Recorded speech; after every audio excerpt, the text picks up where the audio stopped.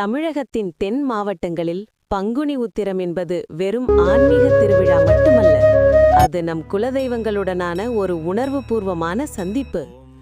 ஹரனும் ஹரியும் இணைந்த அந்த அற்புத தருணத்தில் அவதரித்தவர்தான் நம் காவல் தெய்வம் சாஸ்தா. இன்று சாஸ்தா அவதரித்த கதையையும் தென் மாவட்டங்களில் நிலவும் இந்த உன்னத வழிபாட்டு முறையையும் விரிவாக பார்ப்போம்.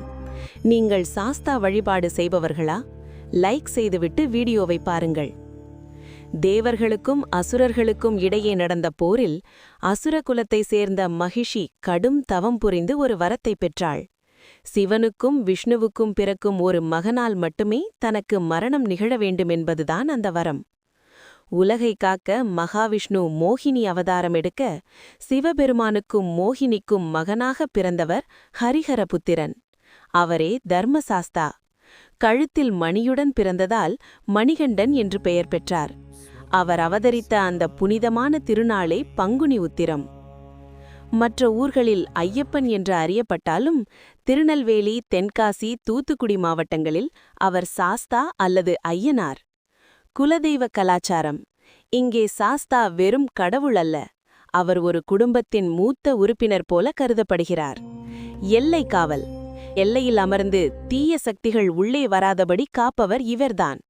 குதிரை வாகனத்தில் கையில் அரிவாளுடன் கம்பீரமாக நிற்கும் ஐயனாரை வணங்குவது தென் தமிழகத்தின் இரத்தத்தில் ஊறிய ஒன்று. பரிவாரங்களின் படைப்பலன்.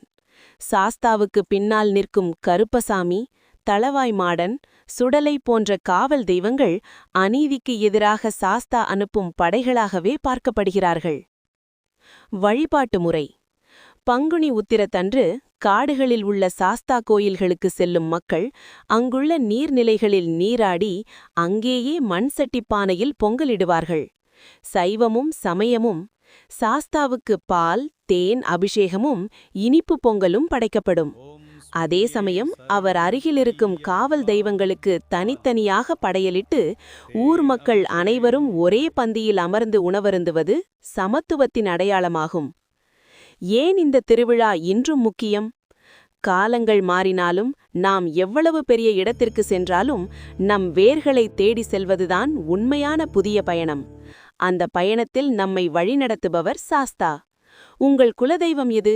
இந்த பங்குனி உத்திரத்திற்கு நீங்கள் எங்கே செல்கிறீர்கள் என்பதை கமெண்டில் சொல்லுங்கள்.